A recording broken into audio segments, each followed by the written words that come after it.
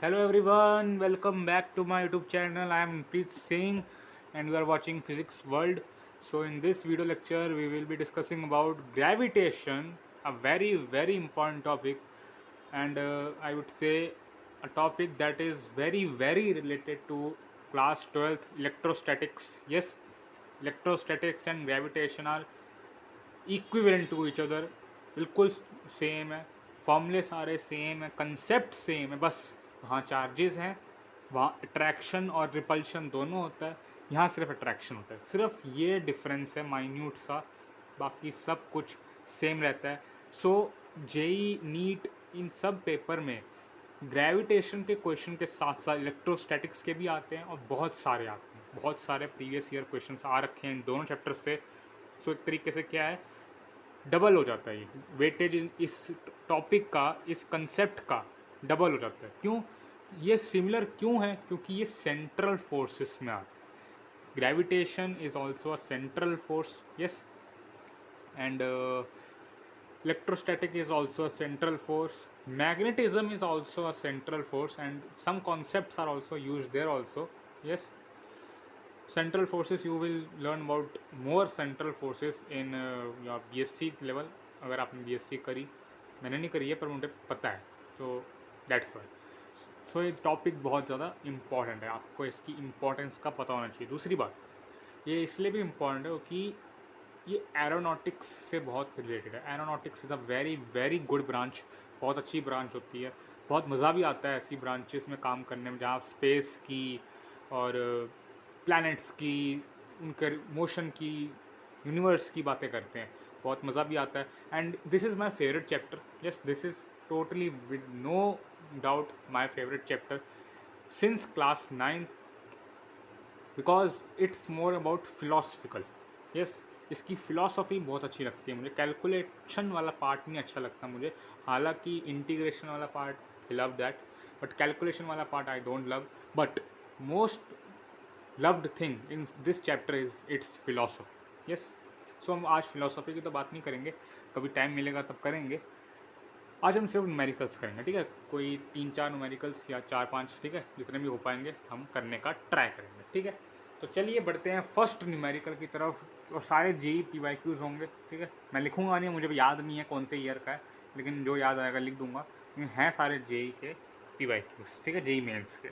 चलो चलो भाई, और रिसेंट ईयर के ही हैं, 2021, 2019, 2018, 2017, इधर तक ही है।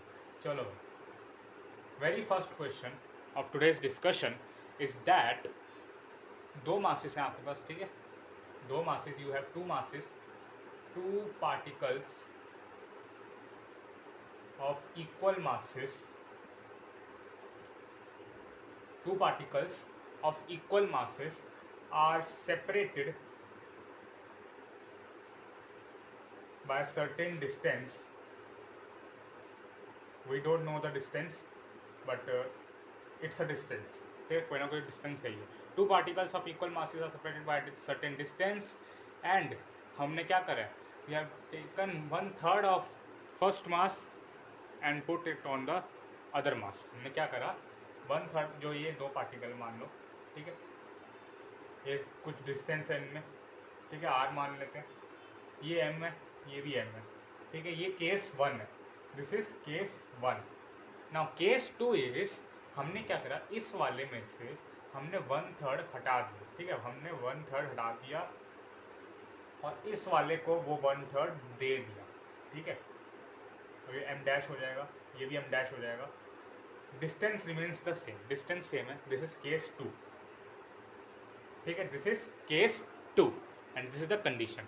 We have to find what, we have to find the, देखो यहाँ पे फोर्स ऑफ अट्रैक्शन F है, ठीक है, we have to find F prime, yes, F prime F dash जो बोलना बोलो।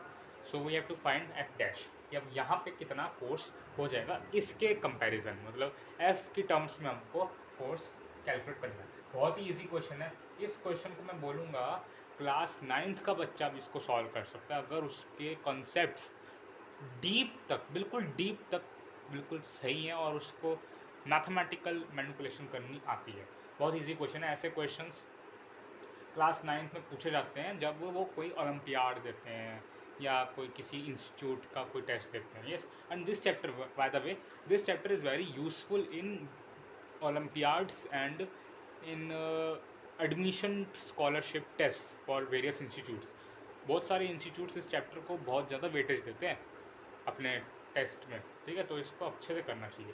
ठीक है, खासकर ऐसे क्वेश्चन. सो गिवन, हमें जैसे गिवन है, ठीक है, मैं गिवन लिख देना.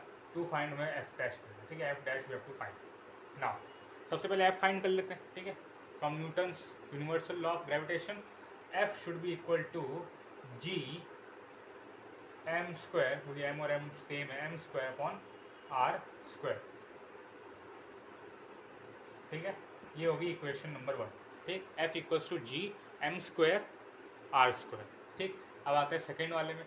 लेकिन सेकेंड वाले से जानने से पहले हमें एम डैश और ये वाला एम डैश, इसकी वैल्यू हमें पता होनी चाहिए. ठीक है, एम डैश और जो इसको एम वन डैश बोल देते हैं. ठीक है, M one dash M two dash. ठीक है, क्योंकि मास बदल गया है. ठीक है, एम वन डैश और एम टू डैश की हमें वैल्यू पता होनी चाहिए.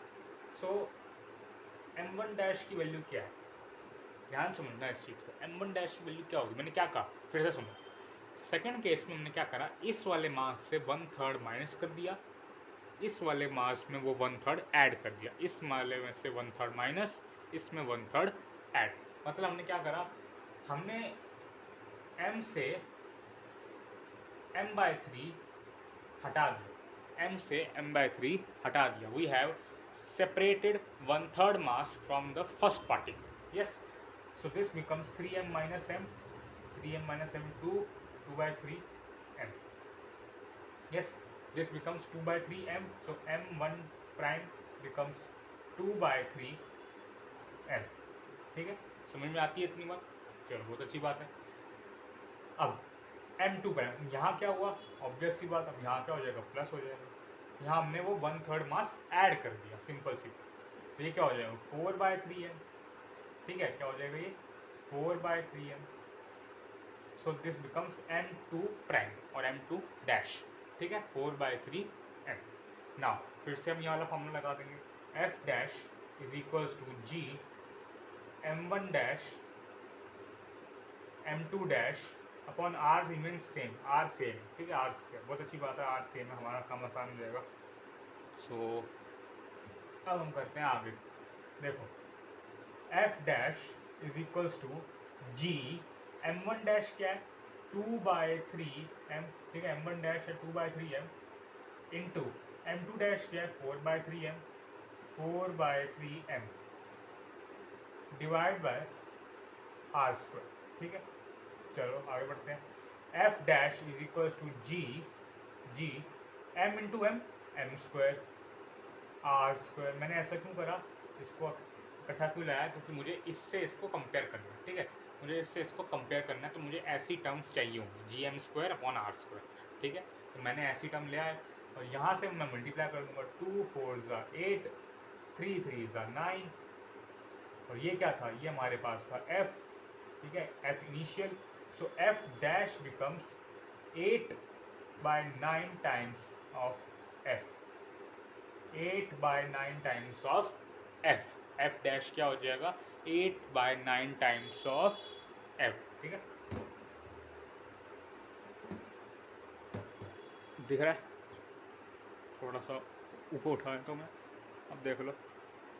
ठीक है, ए मैं यहाँ लिख देता हूँ, f equals to f dash equals to 8/9 of f.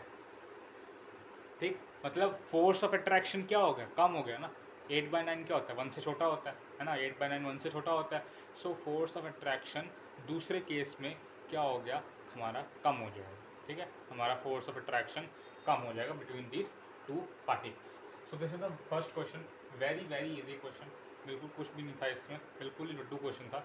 तो अब हम नेक्स्ट क्वेश्चन में बढ़ते हैं. ठीक है, और वो बड़ा इंपॉर्टेंट क्वेश्चन है. अगर वो क्वेश्चन आपने कर लिया तो वैसे बहुत सारे क्वेश्चन आपसे निकल जाएंगे, बहुत क्वेश्चन है उस पर. ठीक है, बहुत वेराइटी है उसकी. चलो करते हैं.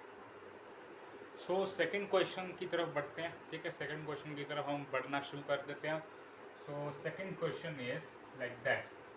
ठीक है, सेकंड क्वेश्चन में क्या कह रहा है, दो पार्टिकल है, we have 2 particles of equal masses. ठीक है, फिर से 2 पार्टिकल्स है इक्वल मासेस के.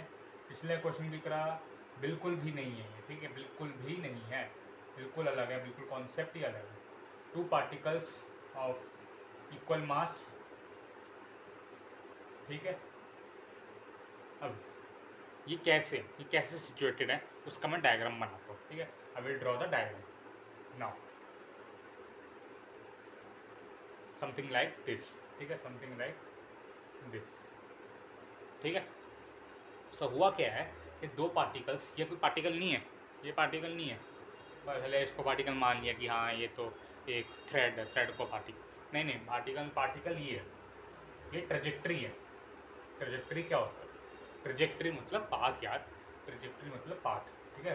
प्रोजेक्टाइल मोशन पढ़ के आए हो ना, ट्रेजेक्ट्री मतलब पाथ, की मतलब जो पाथ फॉलो कर रहे हैं पार्टिकल्स। क्यों फॉलो कर रहे हैं भाई, आपको पता होगा क्या, न्यूट्रॉन न्यूट्रॉन कोलिजन सुना है, न्यूट्रॉन स्टार कोलिजन सुना, नहीं सुना होगा, कैसे सुनोगे, जनरल नॉलेज ही नहीं है हमारे पास।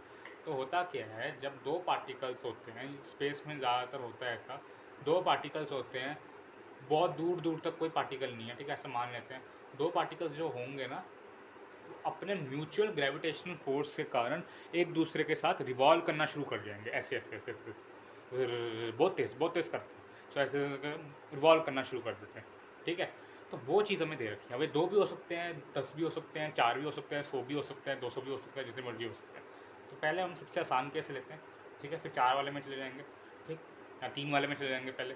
तो दो पार्टिकल्स, ठीक है, दो पार्टिकल सिस्टम है, हमें क्या निकालना है, अब ये कहना है ये यहाँ घूम रहा है, ये इस तरफ जा रहा है और ये इधर आ रहा है, ठीक है। वेलोसिटी भी, दोनों की वेलोसिटी सेम होगी, क्यों, दोनों का मास सेम है ना। अब मास डिफरेंस वाला भी मैं ले लूँगा, ठीक है। तो देख रहे हो कितने इसमें वैरायटीज़ बन रही है, ये बहुत ही इंपॉर्टेंट है, मैं बता रहा हूँ, ये बहुत बार रिपीट हुआ है ऐसे क्वेश्चन, ठीक है, अलग अलग फॉर्म में, लेकिन कंसेप्ट से मैं अभी बताऊँगा कंसेप्ट क्या है। ये सेंटर है, ठीक है, सेंटर है, ठीक, कंसेप्ट बताता हूँ अभी क्या है, लेकिन ऐसा क्वेश्चन बहुत बारी आते हैं, मास सेम दे देंगे, मास डिफरेंस दे देंगे, 4 पार्टिकल का दे देंगे, 2 पार्टिकल का दे देंगे, 3 पार्टिकल का दे देंगे, तो नंबर ऑफ वेज काफ़ी इन्फाइनाइट क्वेश्चन बन जाएंगे, परमुटेशन कॉम्बिनेशन लगाओ, पता नहीं कितने कॉम्बिनेशन बन जाएंगे इनके। तो बड़ा ही इंपॉर्टेंट क्वेश्चन है, बड़ा ही अच्छा क्वेश्चन है, तो करते हैं इसको। अब कैसे करें, देखो, सबसे पहले डिस्टेंस दे रखा है हमको, डिस्टेंस क्या है, आर, ठीक है, दोनों के बीच का डिस्टेंस आर, ठीक है। चलो करते हैं अब इसको, इसमें कंसेप्ट क्या लगेगा, हमें वी निकालना है, ठीक है, निकालना क्या है, वी निकालना है। अब वी की जगह वो ओमेगा भी बोल सकता है, ठीक है, देखा कितने, मतलब मैं तो पागल हो जाऊंगा, इतने वेरिएशन है इस क्वेश्चन पे, ओमेगा भी बोल सकता है वो, वी निकाल लोगे तो ओमेगा तो निकाल ही लोगे ना, तो कुछ भी पूछ सकते हैं, तो मैं इसमें वी भी बता रहा हूँ, ओमेगा भी बता दूंगा, ठीक है, वी और ओमेगा दोनों बता दूंगा, ठीक।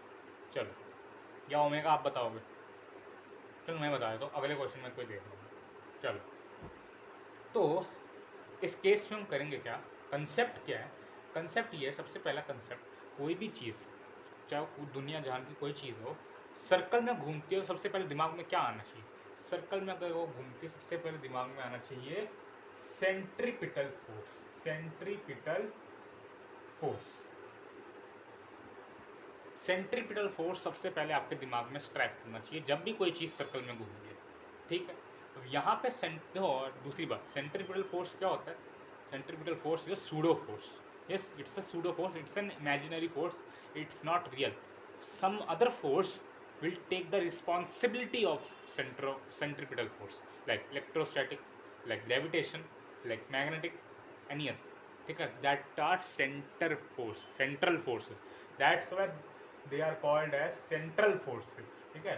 उनको हम मैंने पहले बताया था वीडियो के स्टार्टिंग में, सेंट्रल फोर्सेस क्या होते हैं, that's why they are called central forces, ठीक है, क्योंकि उनकी वजह से, ज़्यादातर उनकी वजह से, उन और भी फोर्सेस है, टेंशन की वजह से भी, आप स्ट्रिंग को ऐसे ऐसे करो, टेंशन है वहाँ पे, लेकिन जो आइडियल जो फोर्सेस हैं, ग्रेविटेशन, इलेक्ट्रोस्टैटिक, मैग्नेटिज्म, इन तीन की वजह से सेंटर की तरफ रिवॉल्व होता है, ठीक है, जैसे एटम, ठीक है, एटम में भी यही चीज़ हो रही है। चलो, बस वहाँ पे इलेक्ट्रोस्टैटिक फोर्स लगता है, ठीक है। तो हमें क्या चाहिए, हमें सेंट्रीपिटल फोर्स चाहिए इस चीज़ को घुमाने के लिए, ठीक है, इस चीज़ को घुमाने के लिए हमें सेंट्रीपिटल फोर्स चाहिए। तो हम क्या करेंगे, देखो इन दोनों के बीच में अपना ग्रेविटेशन फोर्स लग रहा होगा, ठीक है। अब ग्रेविटेशन फोर्स जो लग रहा है, हम क्या करेंगे, उस ग्रेविटेशन फोर्स को,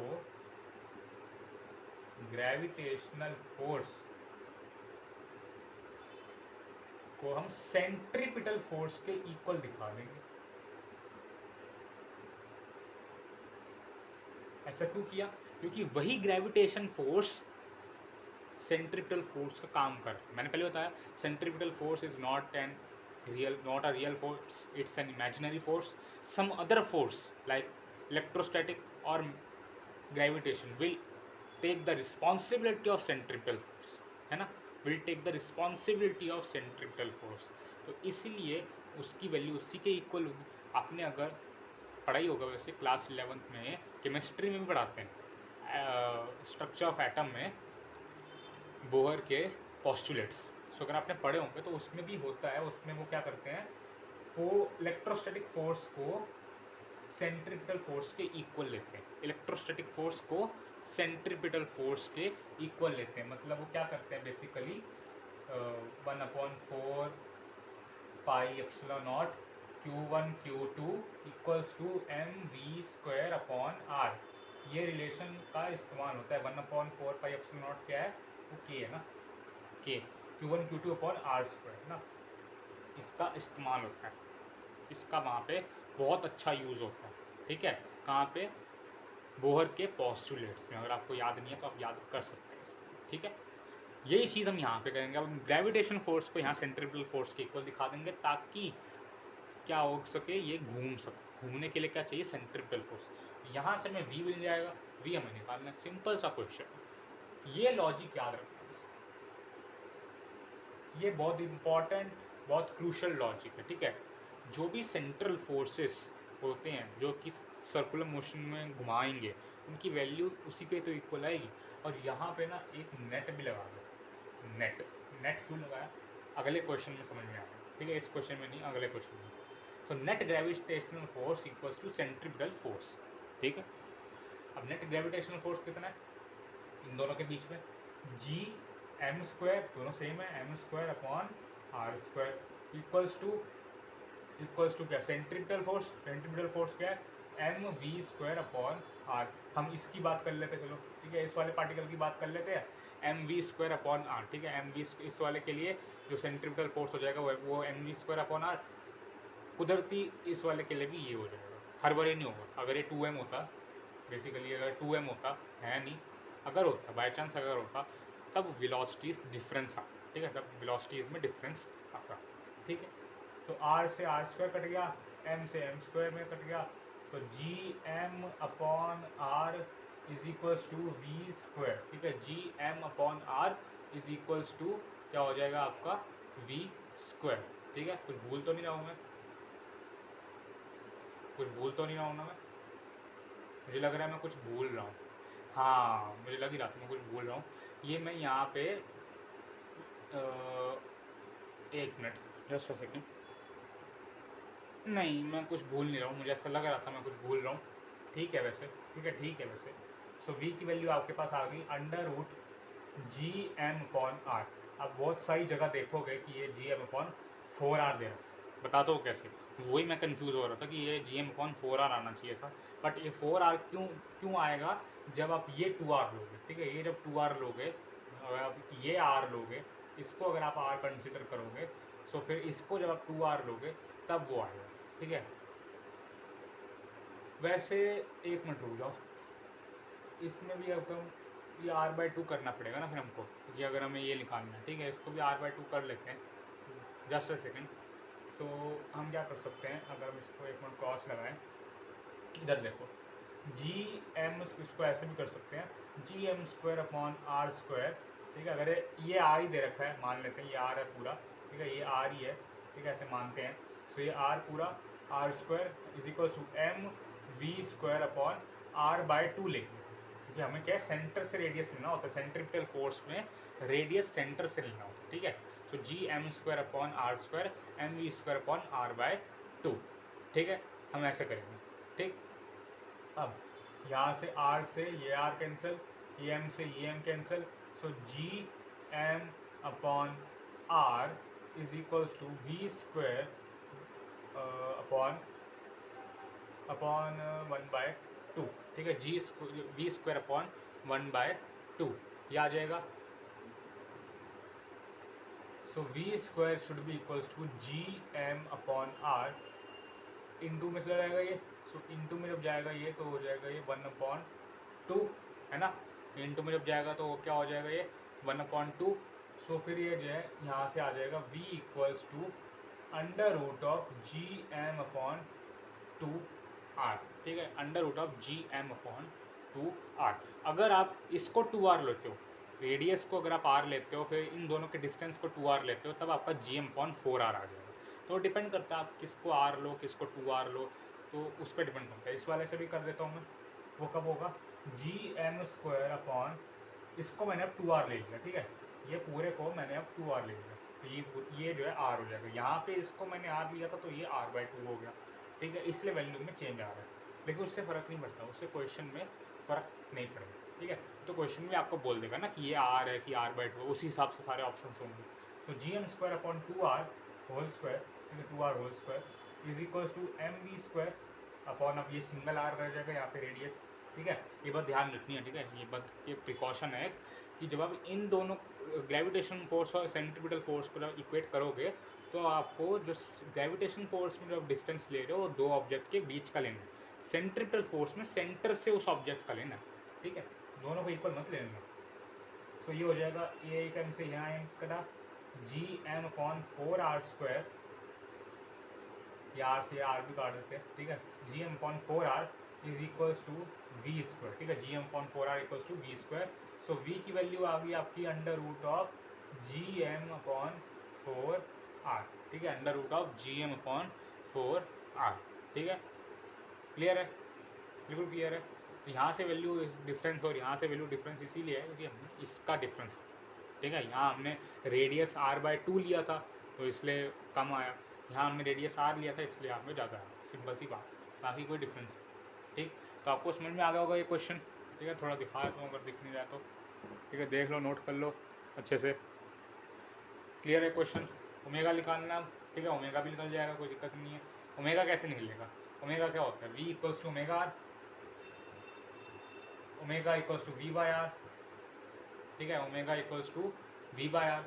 सो v आपका, मैं ये वाला v ले रहा हूँ, ठीक है, सो जी एम अपॉन 4r है, ठीक है, G M upon 4r, root G M upon 4r, ठीक।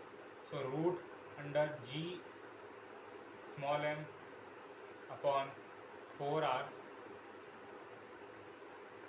अपॉन, फिर से ये r, मैं रूट को अलग अलग कर दिया मैंने, ठीक है, समझ जाना।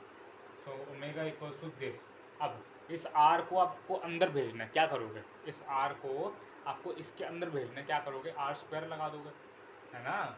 इस r अगर कोई आपको कहता है कि under root of 4 equals to 2 होता है, तो अगर ये 2 को अंदर लेके जाओगे आप अंडर रूट के, तो आपको इसका स्क्वायर करना पड़ेगा ना, रूट 2 स्क्वायर तो 2 होता है ना। सो ऐसे ही रूट r स्क्वायर तो r होता है, तो इसको आप अंदर ले लोगे r स्क्वायर की तरह, तो ये हो जाएगा G M upon 4r square, ठीक है, G M upon 4r square, इसको अंदर लेकर r स्क्वायर, फिर r एक और लगा ही हुआ है पहले से, तो r क्यूब हो जाएगा, G M upon 4r cube, ठीक है, G M upon 4r cube, ये आपका आंसर आ जाएगा, ठीक है, ये आपका आंसर आ जाएगा ओमेगा क्यूब, ठीक है, क्लियर है, बिल्कुल क्लियर है, कोई दिक्कत नहीं, कोई परेशानी, कोई दिक्कत परेशानी है तो बताइए, मेरे हिसाब से तो आंसर सही है। चलो आगे करते हैं, ठीक है। सो चलो अब हम 3 पार्टिकल सिस्टम का करके देखते हैं, ठीक है, हमने 2 पार्टिकल सिस्टम का कर लिया, हम 3 पार्टिकल सिस्टम का करते हैं, क्वेश्चन नंबर 3, ठीक है, 3 पार्टिकल सिस्टम का कर ले, चलो कर लेते हैं। ये लो भाई सर्कल, ठीक है, दोबारा से नज़र आ रहा होगा आपको, ये एक एम ले लिया मैंने, और तीनों के मास सेम है, ठीक है, अभी फ़िलहाल मास सेम रखते हैं हम, ठीक है, अभी फ़िलहाल मास सेम रखते हैं, तो तीनों के मास हमारे सेम है, तीनों घूम रहे हैं, ठीक है, तीनों घूम रहे हैं, ये इसकी वेलोसिटी यहाँ है, इसकी वेलोसिटी यहाँ, इसकी नीचे, सो ये घूम रहे हैं, ये सेंटर है आपका, ओह कहाँ सेंटर है, ये सेंटर है, ठीक है, ये सेंटर है, ठीक, ये आपका रेडियस आर है, ठीक है, ये आपका रेडियस आर है, ठीक। चलो अब हम देखते हैं कि इस क्वेश्चन को हम सॉल्व कैसे करेंगे। ठीक है, इस क्वेश्चन को हम सॉल्व कैसे करेंगे। देखो तीनों के मास सेम है, ठीक है, तीनों के मास सेम है और तीनों से एक सर्कल गुजर रहा है। ध्यान से समझना है इसको, थोड़ी सी ज्योमेट्री लगेगी। तीनों के मास सेम है, तीनों से एक सर्कल गुजर रहा है। 3 पॉइंट्स हैं, 3 से एक सर्कल गुजर रहा है। इसका मतलब ये 3 पॉइंट्स जोड़ोगे जब ये 3 पॉइंट्स जोड़ोगे तब एक इक्विलैटरल ट्रायंगल बनेगा। ठीक है, तब क्या बनेगा, एक इक्विलैटरल ट्रायंगल बनेगा। अगर मास सेम ना होते तो शायद ना बनता, क्योंकि वेलोसिटी डिफरेंस होता है ना, वेलोसिटी में डिफरेंस आ जाता, कोई आगे भागता कोई पीछे भागता, तो ये डिस्टेंस सेम ना हो पाता, ये इतना हो जाता वो उतना रह जाता, तो बात अलग थी। बट अभी क्या है, सब मासेस सेम है, ये भी एम है, ये भी एम है, ये भी एम है, और तीनों सेम वेलोसिटी से भी जा रहे हैं। ये इधर से जा रहा है बी, ये इधर से बी, ये इधर से वी, सो वेलोसिटी सबकी सेम ही है। सो ये इक्विलैटरल ट्रायंगल है। ठीक है, ये क्या है, इक्विलैटरल ट्रायंगल है। और इसके सेंट्रॉइड पे, सेंट्रॉइड मैथ्स से याद रहा है, मैथ्स, ठीक है मैथ्स, सेंट्रॉइड से हमें यहाँ से यहाँ तक का डिस्टेंस दे रखा है। ठीक है, वो क्या है, आर है। ठीक है, वो क्या है, हमारा आर है। ठीक है, अब ये आर है तो ये भी आर ही होगा। ठीक है, ये भी आर होगा, बढ़िया। ठीक, ये आर है, ये आर है, ये भी आपका आर होगा। ठीक है, हम क्या करेंगे, हमें क्या है, इन मासेस के बीच का भी तो डिस्टेंस चाहिए हमको, इन मासेस के बीच का भी तो हमको डिस्टेंस चाहिए, तभी तो हम ग्रेविटेशनल फोर्स का फॉर्मूला लगा पाएंगे। तो वो कैसे करेंगे, अब ध्यान से समझना। ये अगर आर है, ये भी अगर आर है, तो ये डिस्टेंस निकल सकता है। कैसे निकलेगा, ज़रा देखो, ज़रा देखो इसको, देखो ध्यान से देखना। सो देखो, अब यहाँ पे लगेगी थोड़ी सी ज्योमेट्री, कैसे लगेगी ध्यान से देखना। ये इक्विलैटरल ट्रायंगल है, सबके एंगल्स कितने होते हैं, 60 डिग्री होते हैं, है ना, सबके एंगल्स कितने होते हैं, 60 डिग्री। सो जो ये लाइंस जाती है ना, ये प्रॉपर्टी होती है, ये जो लाइंस जाती हैं ये उनको बाइसेक्ट कर देती है। ठीक है, ये क्या करती है, उनको बाइसेक्ट कर देती है। इसका लॉजिक क्या है, प्रूफ क्या है, वो भी अगर समझना है तो समझ लो, वैसे ज़रूरत नहीं है, फिर भी अगर क्यूरियोसिटी है मन में तो समझ लेना चाहिए। ठीक है, देर तक याद रहता है किसी चीज़ का, अगर आप प्रूफ समझ लो ना तो वो चीज़ फिर देर तक याद रहती है, ऐसा मेरा पर्सनल एक्सपीरियंस है। ठीक है, तो ये है, ठीक है, ये ऐसा है। ठीक, इक्विलैटरल ट्रायंगल है और बीच में सेंट्रॉइड है, तीनों से जा रहा है, रेज एक तरीके से आप कह सकते हो। ठीक, तो होता क्या है, ये 60 डिग्री है ना, ये 60 डिग्री है, ये तो गारंटी है 60 है। तो ये 60 होता है ना, तो हमारी एक प्रॉपर्टी होती है, हमारा एक एक्सपेरिमेंट है, एक प्रॉपर्टी है कि ये जो तीनों के तीनों जो लाइंस है ना, ये आपस में 120 डिग्री का एंगल बनाते हैं।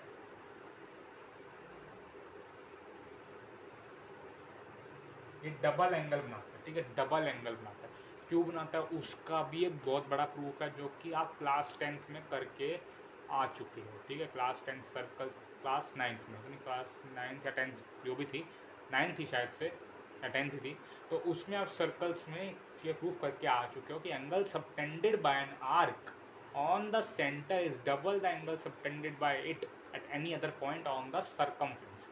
तो ये सर्कमफ्रेंस का पार्ट है, ये सेंटर है, समझ गए ना, वो बात है। उस प्रॉपर्टी से हम ये प्रूफ करते हैं। तो ये 120 डिग्री है। अब क्या करेंगे, अब यहाँ आ जाओ, अब यहाँ आ जाओ, इधर से हमें परपेंडिकुलर अगर हम खींचे, परपेंडिकुलर, ठीक है, परपेंडिकुलर इक्विलैटरल ट्रायंगल में परपेंडिकुलर दो काम करता है, एल्टीट्यूड भी वही होता है, मीडियन भी वही होता है। मीडियन क्या करेगा, एंगल को बाइसेक्ट करेगा, लाइन को तो करता ही है ऑब्वियसली, एंगल को भी करता है। तो ये क्या हो जाएगा, ये 60 हो जाएगा, ये भी 60 हो जाएगा, क्योंकि टोटल क्या है 120। समझ में आ रहा है, बहुत अच्छी ज्योमेट्री है यहाँ पे।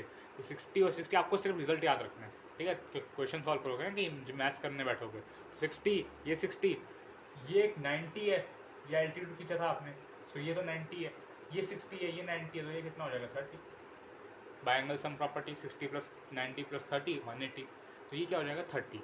अब यहाँ से आप चीज़ें निकालोगे, ये 30 है, ये डिस्टेंस, और ये भी 30 होगा। और आपको क्या करना चाहिए, ये डिस्टेंस पूरा चाहिए, ताकि आपको सारे डिस्टेंसेस मिल जाए मासिस के बीच में। ठीक है, सारे मासिस के बीच में डिस्टेंसेस क्या है वो आपको मिल जाएंगे। तो वो कैसे निकालोगे आप, तो ये आर है, ये 30 है, हमें ये डिस्टेंस चाहिए, फिर उसका डबल कर देंगे, तो दोनों सेम है, मीडियन। समझ में आ रहा है? तो चलो, अब ये आर है, ये राइट एंगल ट्रायंगल है, ये थीटा दे रखा है, ये कैसे निकलेगा?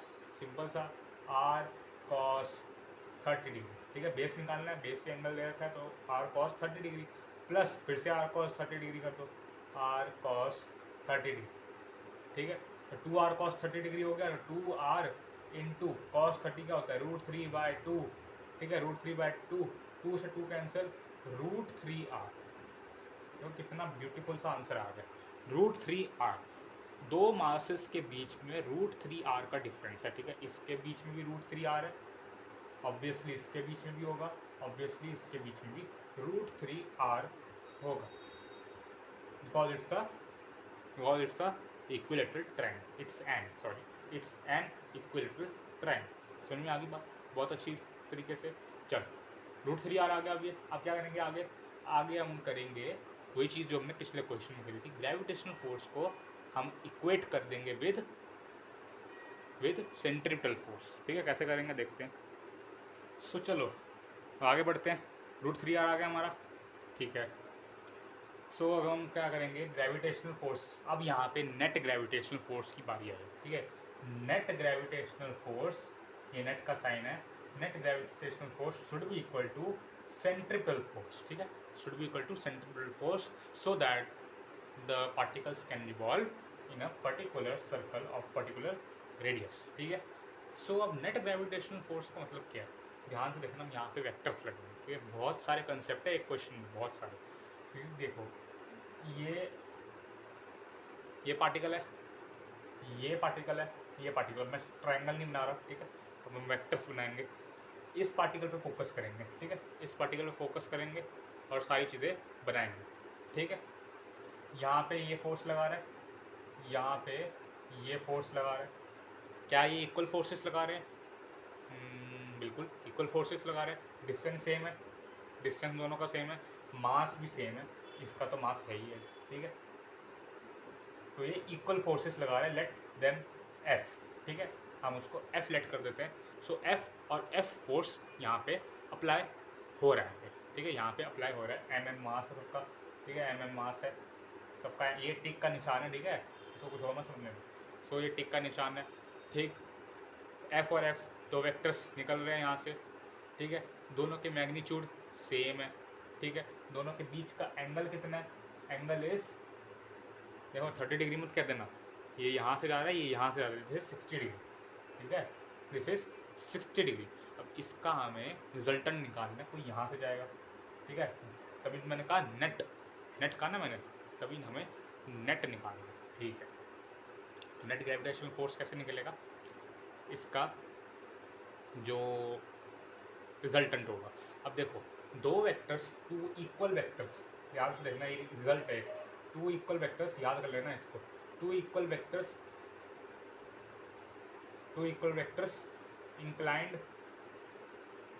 inclined at 60 degree to each other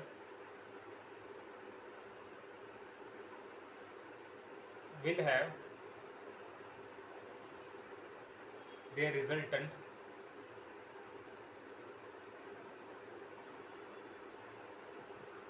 equal to √3 times magnitude, ठीक है, √3 times magnitude of individual vectors, ये याद कर लेना, ठीक है। जैसे कि 120 का याद करा था हमने कि अगर 120 डिग्री पर होता है तो वेक्टर्स और वो जो रिजल्टेंट होता है उनका मैग्नीट्यूड बराबर आ जाता है, लेकिन जब 60 डिग्री होता है तब क्या होता है, वेक्टर्स और उसका जो मैग्नीट्यूड होता है उसमें √3 का डिफरेंस आ जाता है, ठीक है, √3 टाइम्स हो जाता है। तो ये अगर एफ आर है ये, तो एफ आर कितना हो जाएगा? √3f हो जाएगा, ठीक है, याद रखना है ना ये, ठीक है, ये चीज़ याद रख लेना, प्रूफ कर लेना अपने आप, ठीक है, वही वाले फॉर्मूले से कर लेना, f1² + f2² + 2f1 f2 cos theta की जगह cos 60 डाल दोगे, cos 60 √3/2 होता है, 2 से वहाँ का 2 कट जाएगा, तो और सारे चीज़ें इक्वल है, जब आप रूट से बाहर निकालोगे तो ये आंसर आपका आने वाला है, ठीक है, √3f, ठीक है। तो √3f आपका क्या आ जाएगा? आंसर आ जाएगा, ठीक है, कि इन दोनों का जो ग्रेविटेशनल फोर्स का जो क्या है, रिजल्टेंट है, ठीक है। तो क्या हो जाएगा वो √3f आ जाएगा, ठीक है, √3f। अब f क्या है, अब f क्या है, f √3 लिख रहा हूँ मैं यहाँ पे, f √3 equals to mv² upon r। अब f क्या है, f is the gravitational force between any two masses, ठीक है, gravitational force between any two masses. इसको लेना है, इसको ले लो, इसको लेना है, इसको ले लो, दोनों का सेम ही है, ठीक। सो f कितना हो जाएगा, m1 वो भी m है, m2 वो भी m है, सो gm² अपॉन डिस्टेंस कितना है √3r, √3r होल स्क्वायर, ठीक है। gm1 m2 अपॉन r² होता है, तो gm² अपॉन √3r²। ध्यान से समझना है इस क्वेश्चन को, बहुत अच्छा क्वेश्चन है, बहुत अच्छा, ठीक है। mv² अपॉन r, इसको साइड में कर देते हैं, ठीक है। चलो अब इसको सॉल्व करते हैं। ये √3 का स्क्वायर हो जाएगा, 3 हो जाएगा, है ना। चलो इसको लिख ही लेते हैं, थोड़ा आसान रहेगी। m² से तो m काट देते हैं पहले, ठीक। सो ये हो जाएगा gm अपॉन √3 का स्क्वायर 3r², ठीक है, v² अपॉन r, ठीक। नज़र आ रहा है, नहीं आ रहा है, ये बात अब नज़र आ रहा होगा, है ना। हाँ, यहाँ ले आता हूँ मैं, चलो जी हजूर, सो gm अपॉन 3r²। कभी कभी तो मन करता है कि जाके न्यूटन का सर फोड़ाते यार, उस ज़माने में उसका एनलाइटमेंट ईयर हमारे लिए श्राप वाला ईयर बन चुका है, 1669।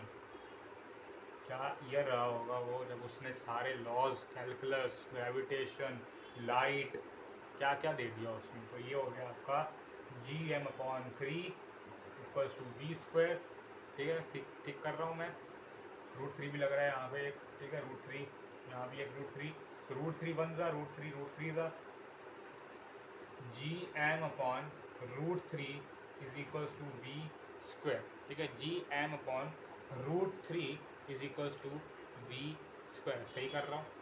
√3 यहाँ भी आएगा, ठीक है, तो √3 1 ज़ा √3 ज़ा, बिल्कुल ठीक है, कोई गड़बड़ नहीं। चलो फिर ठीक है, निकाल लेते हैं v की वैल्यू आ जाएगी आपकी फिर √ नज़र आ रहा है, हाँ, √gm अपॉन √3, ठीक है। √3 पहले से था, उसके ऊपर एक और रूट लग गया, ठीक है। सो √gm अपॉन √3, ये तब आएगी वैल्यू जब 3 मासेस इक्वल मासेस होंगे और सेपरेटेड बाय डिस्टेंस r होंगे, तब ये आपकी वैल्यू उस समय आएगी, ठीक है। एक चीज़ मैं और बोल रहा हूँ यहाँ पे, gm अपॉन 3r रह गया था ना, यहाँ पे r भी तो था, हे भगवान, कहानी सुनाते सुनाते चीज़ें भूल गया मैं। तो gm अपॉन r√3, ठीक है, gm upon r√3, √gm upon r√3, ये आपका आ जाएगा आंसर, ठीक है। ये आपका क्या आ जाएगा, आंसर आएगा, मेरे हिसाब से ये आपका आंसर है। अब आप 4 पार्टिकल सिस्टम के लिए भी करना है इसको ट्राई, ठीक है। 4 पार्टिकल सिस्टम के लिए उसमें भी आपको सेम फॉर्मूला लगाना है, उसमें स्क्वायर बन जाएगा, उसमें उल्टा और आसान है, क्योंकि उसमें एंगल 90 डिग्री आता है, तो आराम से f√2 आ जाता है, जो रिजल्टेंट मैंने निकाला ना वो f√2 आ जाता है उस केस में, ठीक है। f√3 ना आके f√2 आ जाता है, उससे करने की कोशिश करना, बहुत ईजी क्वेश्चन हो जाएगा आपका, ठीक है, बहुत ईजीली क्वेश्चन हो जाएगा। अब अगर मैं मान लूँ, क्या मान लूँ मैं मान लेता हूँ कि ये मासिस और ये रेडियस r की वैल्यू, ये 1 मीटर और 1 kg है, ठीक है, मैं मान लेता हूँ।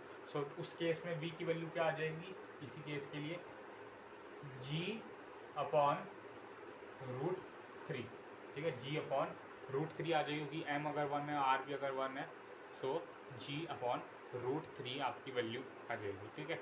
अगर आपको ऐसा कुछ दे रखा हो कि 1 kg मास है, 1 मीटर का डिस्टेंस है, रेडियस, ठीक है, रेडियस, तो उस केस में आपका ये आ जाएगा। 4 पार्टिकल के लिए करना है कि खुद करोगे, चलो मैं करा देता हूँ, पूरा सॉल्व नहीं करूँगा, थोड़ा सा बता दूँगा, ठीक है। तो चलो बढ़ते हैं आगे। तो मज़ा तो आ रहा था ग्रेविटेशन करने में, भाई मुझे तो बहुत मज़ा आता है ग्रेविटेशन चैप्टर करने में, न्यूमेरिकल सॉल्व करने में, ठीक है। आपको भी मज़ा आना चाहिए, तभी फिज़िक्स से प्यार हो पाएगा। चलो करते हैं, क्वेश्चन नंबर 4 है ये, ठीक है, क्वेश्चन नंबर 4।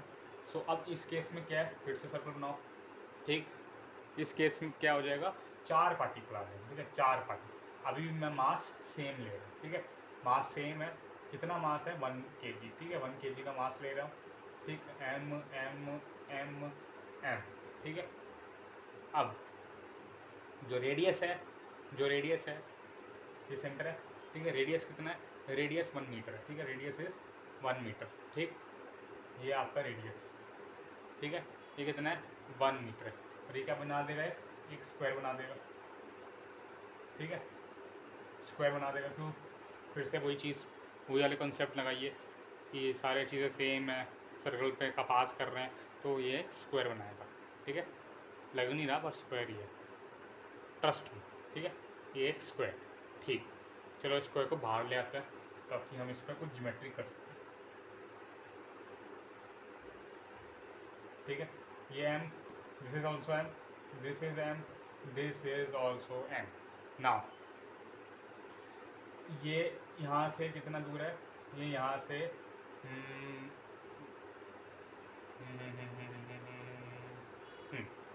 ये यहाँ से कितना दूर है हमें पता नहीं है, ठीक है, हमें नहीं पता है कितना दूर है, ये हमें पता है कि ये कितना है, ये आर है, ये भी कितना है, ये भी आर है, सो ये कितना हो जाएगा,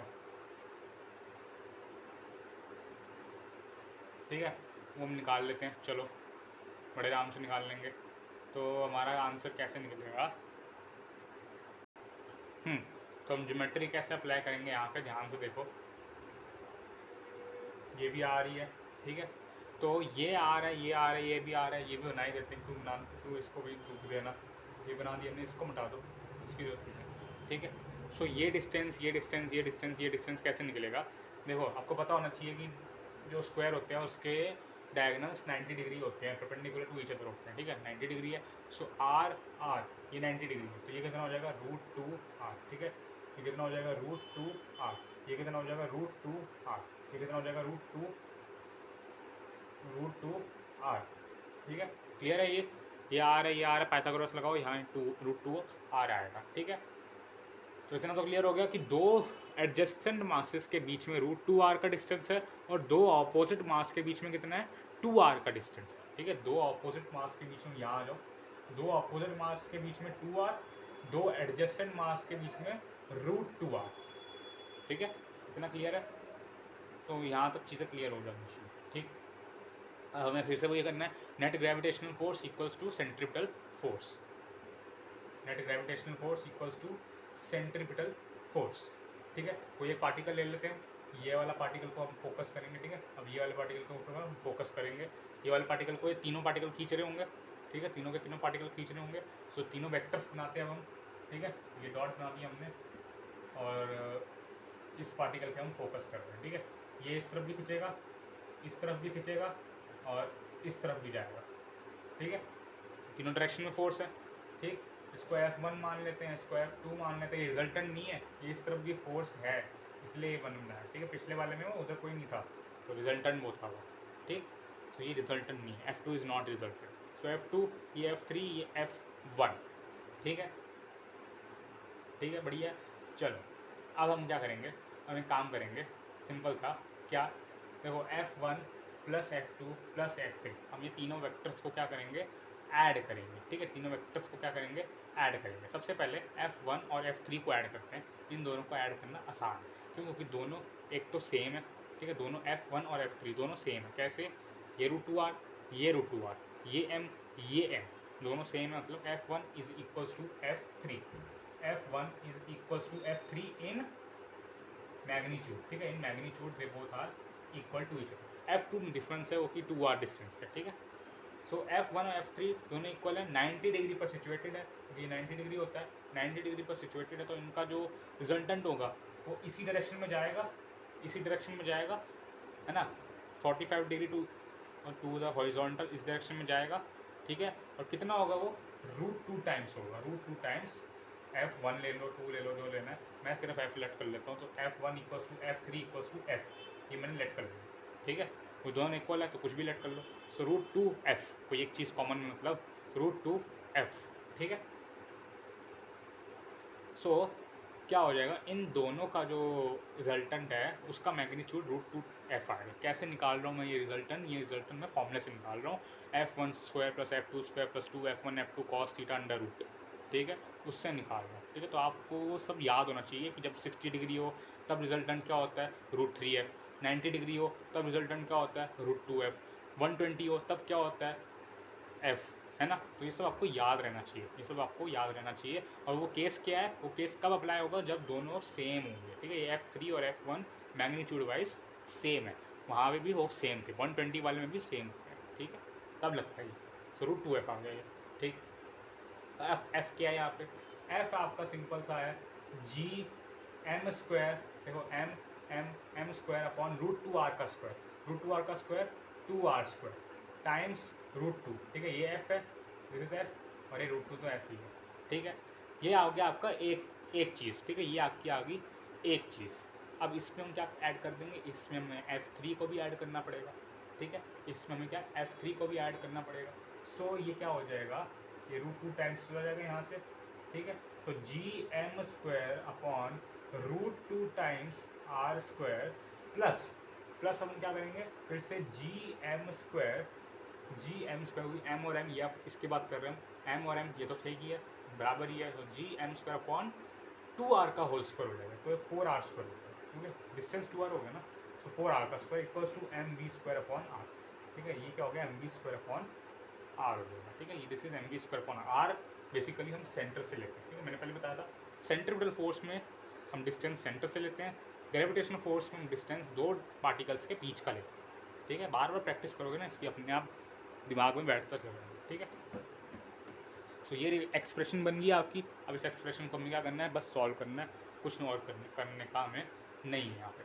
तो हम क्या करेंगे यहाँ पे, सबसे पहले तो m से ये सब कट जाएगा। ठीक है, m से कट जाएगा, ये r से ये कट जाएगा। ठीक, तो रह क्या जाएगा हमारे पास, gm अपॉन r को हमने ले लिया कॉमन। ठीक है, gm अपॉन r को हमने कॉमन ले लिया। अंडर ब्रैकेट के अंदर क्या है, ब्रैकेट के अंदर है आपका 1/√2 plus 1/4 and this is equals to v²। ठीक है, ये m और v तो ये m और r तो कट गया था, तो v²। ठीक है, तो gm अपॉन में r 4 प्लस √2 टाइम्स 4√2। ठीक है, 4 प्लस √2 टाइम्स 4√2, या इसको अगर थोड़ा और आसान करके लिखना है तो और आसान करके भी लिख सकते हैं। इसको कैसे लिखेंगे, वो तो ऑप्शंस पे ऐसे डिपेंड करते हैं, ऑप्शंस आपके कैसे दे रखे हैं, तो उस हिसाब से आपको मैथमेटिकल मैनिपुलेशन करनी पड़ेगी।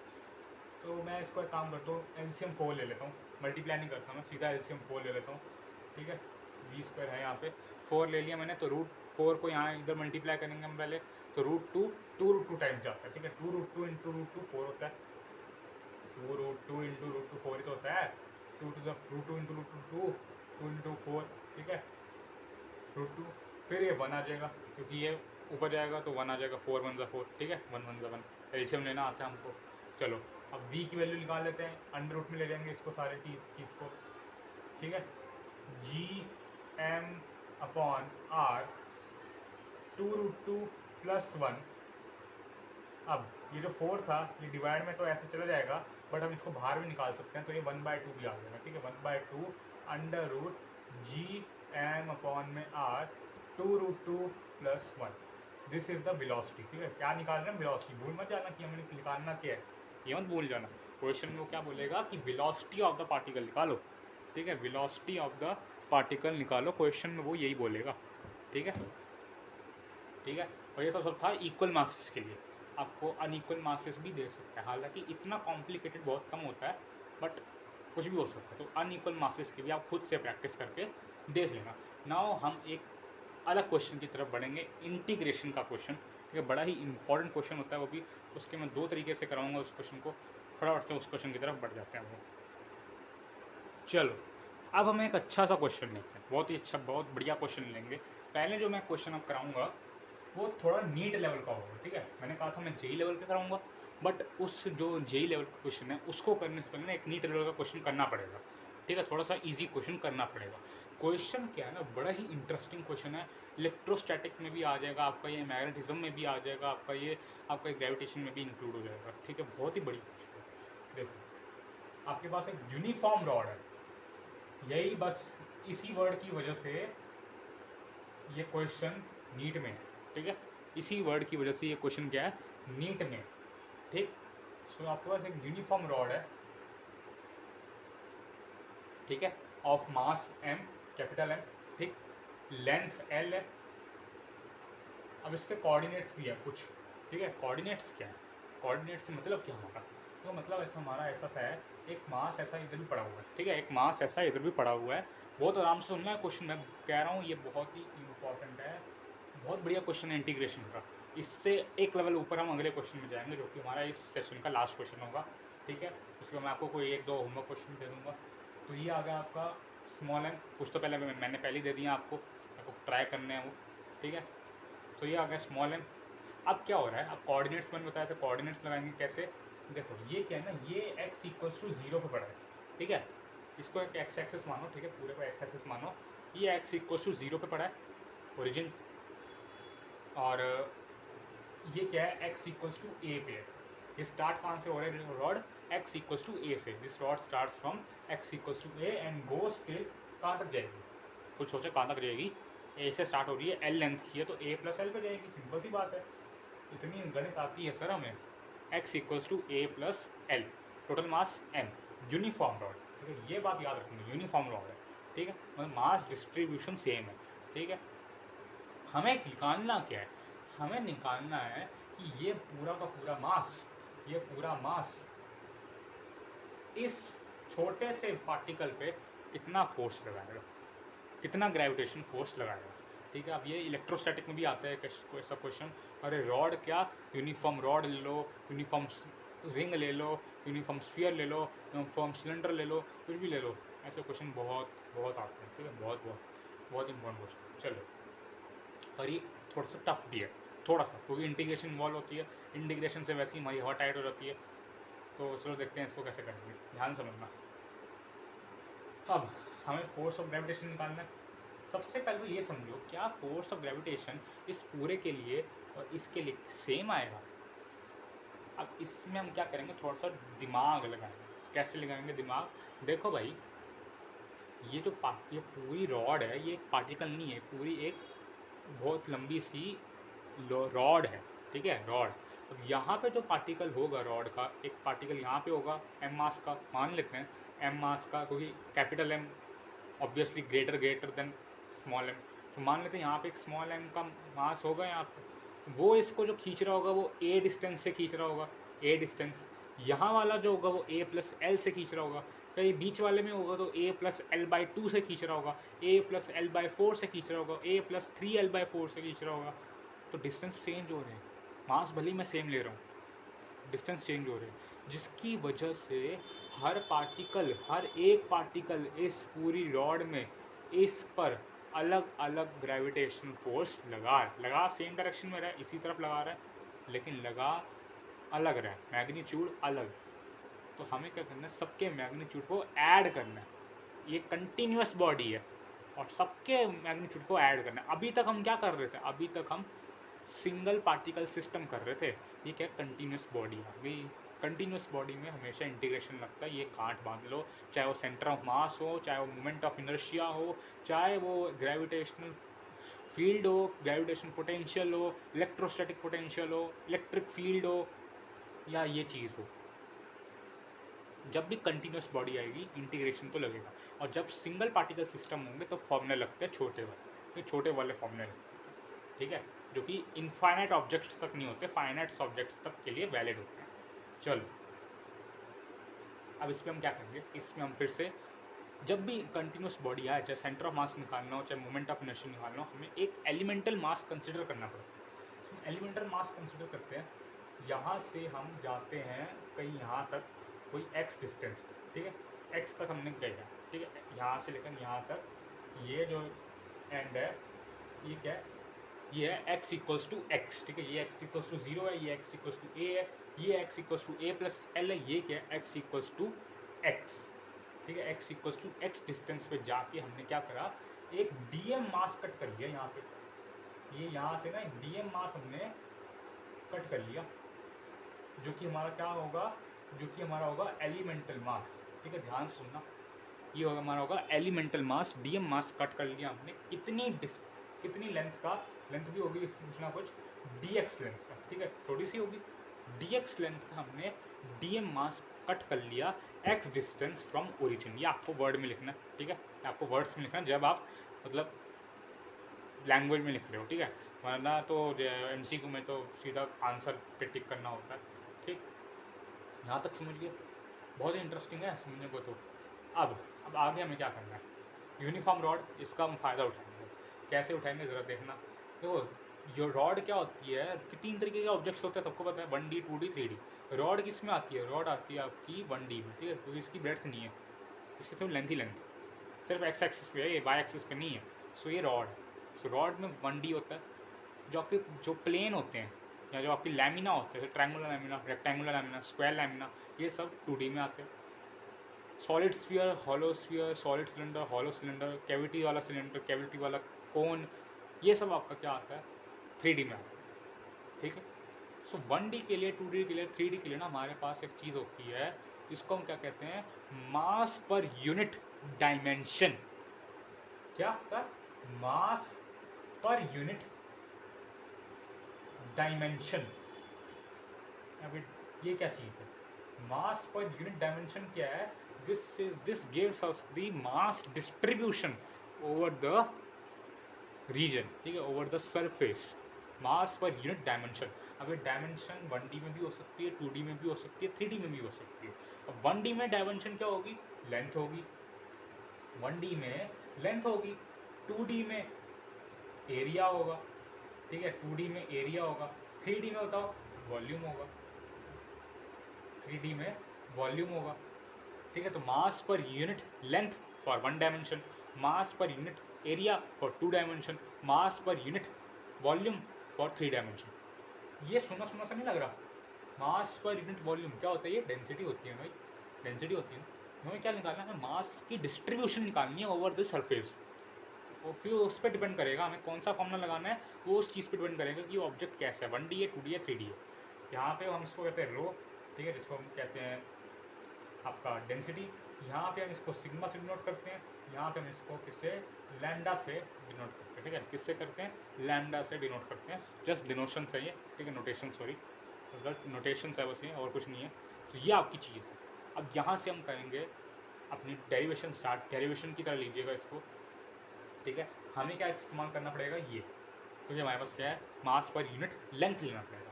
तो क्यों ले रहे हैं, ताकि हमें मास डिस्ट्रीब्यूशन का पता चल सके। मास डिस्ट्रीब्यूशन में पता है यूनिफॉर्म रोल है, ठीक है, तो मास डिस्ट्रीब्यूशन तो सेम है, मास डिस्ट्रीब्यूशन सेम है। इसका मतलब आप total mass upon total length लोगे या छोटा सा मास अपॉन छोटी सी लेंथ लोगे तो दोनों की वैल्यू सेम आएगी। बात समझ में आ रही, छोटा मास, सॉरी, बड़ा मास अपॉन बड़ी लेंथ लोगे, छोटा मास अपॉन छोटी लेंथ लोगे, दोनों में इक्वल आएगा, ठीक है। मास पर यूनिट डायमेंशन यहाँ पे यूनिफॉर्म है। अगला वाला जो केस होगा वो नॉन यूनिफॉर्म का होगा, वहाँ पे इक्वल नहीं है, तभी ये नीट में है, वो जेई में है। समझ में आ रहा है, गैप समझ में आ रहा है, ये चीज़। सो लैम्डा मास पर यूनिट लेंथ कितनी हो जाएगी, mass, total mass upon total length, ठीक है। और ये किसके इक्वल होगा, ये इक्वल होगा आपके dm अपॉन dx, ठीक है, dm अपॉन dx। क्यों इक्वल है, ये इक्वल इसलिए हो कि यूनिफॉर्म है, ठीक है, इसीलिए ये इक्वल है, ठीक है, इसीलिए ये क्या है, इक्वल। अब हम क्या करते हैं, यहाँ से dm की वैल्यू निकाल ली, dm की वैल्यू लैम्डा dx। क्यों निकाला मैंने ये इसलिए निकाला कि मुझे आगे काम आएगा, आगे काम आएगा, अभी देखना कैसे काम आएगा। क्योंकि मुझे एक जगह पे मास को लेंथ की टर्म्स में कन्वर्ट करना पड़ेगा, मास को लेंथ की टर्म्स में कन्वर्ट करना पड़ेगा। सो उसके लिए कन्वर्जन फैक्टर क्या लगेगा, लैम्डा। मुझे क्यों करना कन्वर्ट, इसको ज़रा समझते हैं। अब देखो, ये छोटा सा जो एलिमेंटल मास है, ये छोटा सा जो, इसको बाहर निकालते हैं ज़रा, ये छोटा सा जो एलिमेंट है, ठीक है, dx लेंथ का और dm मास का, ठीक है। अब ये जो इस स्मॉल एम मास पे फोर्स ऑफ अट्रैक्शन डालेगा वो सेम होगा, है ना। हमारा काम क्यों नहीं बन रहा था, क्योंकि यहाँ पे ये सेम फोर्स नहीं जा रहा था, ये वेरिएबल फोर्स था। यहाँ पे कम ज़्यादा फोर्स लगेगा कि कम डिस्टेंस है, यहाँ ज़्यादा फोर्स कम फोर्स लगेगा कि ज़्यादा डिस्टेंस है, यहाँ कुछ और, यहाँ कुछ और, यहाँ कुछ और। बट जब डिस्टेंस ही आपका जो लेंथ ही है वो dx ही रह गई, छोटी सी रह गई, तो इसमें क्या ही फोर्स में डिविएशन आएगा। हमें इंटीग्रेशन पता है क्या करना होता है, हमें बस डिविएशंस को कैंसिल कर देना होता है। डिविएशंस को कैंसिल करने के लिए हमें एक एलिमेंट लेना पड़ता है, फिर हम उस एलिमेंट को इंटीग्रेट कर देते हैं। ठीक है, बात समझ में आ रही है कि नहीं आ रही? बहुत आसान है, बहुत आसान है समझने में, इसको विजुलाइज करो। ठीक है, सो ये हो गया आपका डी एक्स लेंथ का, डी एम मास का, और ये जो डिस्टेंस है कितना हो गया, ये एक्स इक्वल्स टू एक्स लिया था हमने, सो ये एक्स हो गया। बस अब हमारा काम खत्म। इतना बस आपको अगर समझ में आती है ना चीज़ें, इतनी चीज़ें अगर आपको समझ में आती है तो क्वेश्चन खत्म। अब सिर्फ मैथमेटिक्स है, अब सिर्फ मैथमेटिक्स है, सिर्फ इंटीग्रेशन है, बाकी सब खत्म हो चुका है। आपका कंसेप्ट खत्म हो चुका है, यहाँ आपकी फिजिक्स खत्म होगी, बस एक फॉर्मूला लगाएंगे ग्रेविटेशन वाला, उसके बाद फिजिक्स खत्म हो। ठीक है, उसके बाद मैथमेटिक्स है। यहाँ तक कंसेप्ट था, कंसेप्ट को ध्यान में रखो, कंसेप्ट ध्यान में रखो, हर क्वेश्चन में। ठीक है, चलो तो हम लगाएंगे इस पर, इन दोनों के लिए हम लगाते हैं gravitational, universal law of gravitation. ठीक है, इन दोनों के, ठीक है, इन दोनों के F equals to G M, ये वाला एम, ठीक है, M D M upon X square. So F equals to G M D M upon X square. लेकिन अब यहाँ पे एफ नहीं रह जाएगा, ये डी एफ हो जाएगा। डी एफ क्यों हो गया? छोटा सा मास है, छोटा सा ही फोर्स लगाएगा, बड़ा मास होगा तो बड़ा फोर्स लगाएगा एफ, छोटा मास और छोटा फोर्स लगाएगा। इतना समझ में आता है हमको। अब हम क्या करेंगे, अब हम इंटीग्रेशन करेंगे। ठीक है, अब हम क्या करेंगे, अब हम इंटीग्रेशन करेंगे दोनों साइड पे। जी को मैंने बाहर रख दिया क्योंकि जी तो कांस्टेंट है भाई, जी को मैंने बाहर रख दिया। एफ का डी एफ का इंटीग्रेशन एफ, और ये जो स्मॉल एम है ये भी बाहर आ जाएगा क्योंकि ये भी क्या है, कांस्टेंट रहेगा। बदलेगा क्या, ये और ये चीज़ें बदलेंगी, G M D M upon X square. अब ये चीज़ डी एम, तभी मैंने डी एम निकाला यहाँ, क्योंकि यहाँ पे मुझे एक्स की टर्म्स में मुझे जो है करना है सारी चीज़ें, तो मुझे फिर लैम्डा डी एक्स ले लेता हूँ मैं। ठीक है, डी एम की जगह मैंने लैम्डा डी एक्स रख दिया ताकि मुझे इंटीग्रेशन करने में कोई दिक्कत ना हो। ठीक है, ताकि मुझे इंटीग्रेशन करने में कोई दिक्कत ना आए, क्योंकि इंटीग्रेशन लाइक टर्म्स का ही होता है ना। डी एक्स है तो यहाँ पे भी एक्स की टर्म ही होनी चाहिए। यहाँ एम था, यहाँ एक्स था, कैसे इंटीग्रेशन होगा, नहीं होगा। ठीक है, या तो मुझे यहाँ एम लाना पड़ेगा, यहाँ एम लाना थोड़ा मुश्किल है, हाँ तो यहाँ भी जाएगा पर थोड़ा मुश्किल, लेकिन यहाँ लाना आसान है। ठीक है, अब ये लिमिट्स कहाँ से कहाँ तक जाएंगी, एक्स कहाँ से कहाँ तक वेरी कर रहा है, एक्स वेरी करता है कहाँ से कहाँ तक, ए से ए प्लस एल तक। कई बच्चे इसको जीरो से ए प्लस एल कर देंगे, पर आपको वो नहीं करना, जीरो से ए प्लस एल नहीं है, क्योंकि रॉड आपकी ये यहाँ पे कोई रॉड नहीं है, रॉड आपकी यहाँ से शुरू हो रही है। ठीक है, ये जो डी एक्स मास है ये आप यहाँ से ले सकते हो, यहाँ से शुरू करोगे, यहाँ भी आओगे, यहाँ आओगे, यहाँ आओगे, फिर यहाँ एंड करोगे। सो शुरू कहाँ से हो रहे हो, ए पे। लिमिट्स वही तो होती हैं जहाँ से आप शुरू करते हो, जहाँ आप ख़त्म करते हो। आपका जीवन कहाँ से शुरू हुआ है, आपके बर्थ से। मरोगे कब, जब मरना होगा, तो वो आपकी लिमिट्स हो जाएगी। ठीक है, जीने से पहले तो कुछ नहीं होगा ना, बर्थ तो यही हुआ है ना। ठीक है, बर्थ तो आप बोलोगे नहीं हम तो जो अंदर माँ की कोख में भी थे, अरे भाई अब इतना न मत जाओ। ठीक है, अब यहाँ देखो, हम तो जो है आफ्टर डेथ बिलीव करते हैं, हम इजिप्शियंस की तरह बिलीव करते हैं। अब यहाँ वो सब नहीं चलेगा। ठीक है, ये फिजिक्स। चलो, F equals to G M बाहर ही रहने दो, लैम्डा को भी अब बाहर ले आएंगे। क्यों लैम्डा को बाहर ले आएंगे, क्योंकि यूनिफॉर्म रॉड है, लैम्डा हर जगह सेम आएगा। यही इस क्वेश्चन में ईजीनेस है, यही इस क्वेश्चन में ईजी बात है। यहाँ पे लैम्डा कांस्टेंट है। ठीक है, अगला क्वेश्चन कहूँगा ना लैम्डा कांस्टेंट नहीं होगा, वहाँ पे दिक्कत आएगी। G M lambda, G M lambda, lambda भी बाहर आ गया। Integration 1/x² dx। ठीक है, 1/x² dx ए से ए प्लस एल तक। ठीक है, ए से ए प्लस एल तक।